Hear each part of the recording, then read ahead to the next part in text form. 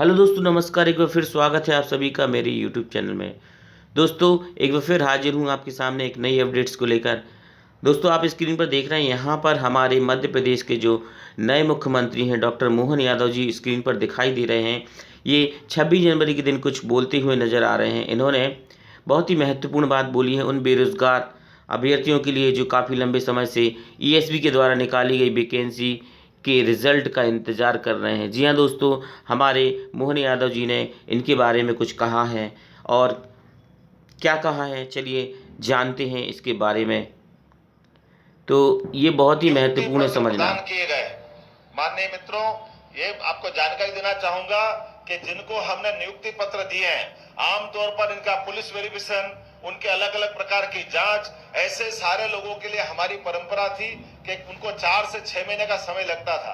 इस पूरी व्यवस्था को बदलते हुए एक बार एक दिन में एक साथ 700 लोगों को नियुक्ति देने का ये राज्य सरकार का एक तरह से नवाचार भी है और सुशासन की दिशा में उठाया गया ठोस कदम भी है।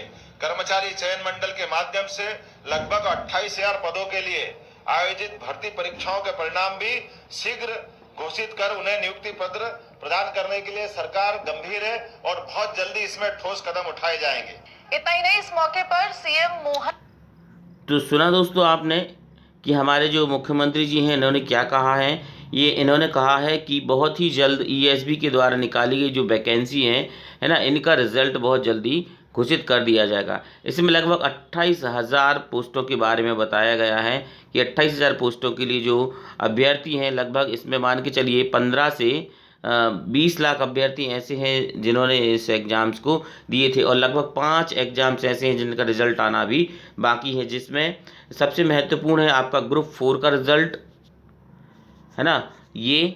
और आपका ये मान के चलिए ग्रुप 4 के रिज़ल्ट के बाद आपका वर्ग 1 का रिज़ल्ट भी बहुत ही महत्वपूर्ण है। जो अभ्यर्थी इसका इंतज़ार कर रहे हैं, अब उनका इंतज़ार ख़त्म होने वाला है और इन्होंने कह दिया है कि ये मान के चलिए कि 1 हफ्ते के अंदर में ही आपका ये जितने भी रिज़ल्ट आपके बचे हुए हैं वो सारे आने वाले हैं। तो ये है बहुत ही महत्वपूर्ण जानकारी।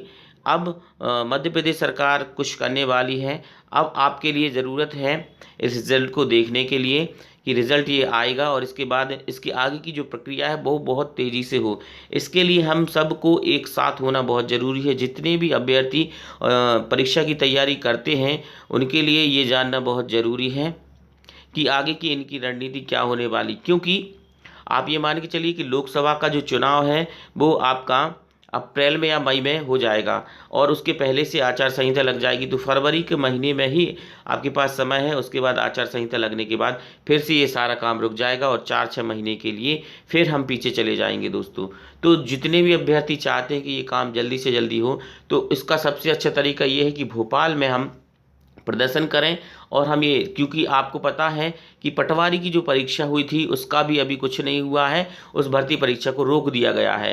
तो ये बहुत ही ज़रूरी है उस कार्रवाई को भी आगे बढ़ाना और जितने भी युवा हैं वही सब मिलकर ये काम कर सकते हैं दोस्तों। तो ये रिजल्ट को आ जाने दीजिए, उसके बाद अपन एक रणनीति बनाएंगे और देखेंगे उसमें अपन क्या कर सकते हैं। भोपाल अगर चलना होगा तो सब एक साथ भोपाल चलेंगे और इस तरह से प्रदर्शन करने पर ही ये काम हो सकता है, वरना ये जो सरकार है ऐसे ही सोती रहती है। 6 महीने तो इनने गुजार दिए हैं और 6 महीने और गुजार देंगे दोस्तों। ये बहुत ही महत्वपूर्ण जानकारी है उन सभी अभ्यर्थियों के लिए जो तैयारी करने में लगे हुए हैं। ये जानकारी आपको कैसी लगी है दोस्तों? यदि जानकारी आपको अच्छी लगी है तो प्लीज़ मेरे चैनल को लाइक कर दें, सब्सक्राइब करें, बेल आइकन को प्रेस करें और ऐसी अपडेट्स को पाने के लिए देखते रहें मेरे यूट्यूब चैनल को। फिर मिलेंगे नेक्स्ट वीडियो में, तब तक के लिए आप सभी को मेरी तरफ से बहुत बहुत धन्यवाद।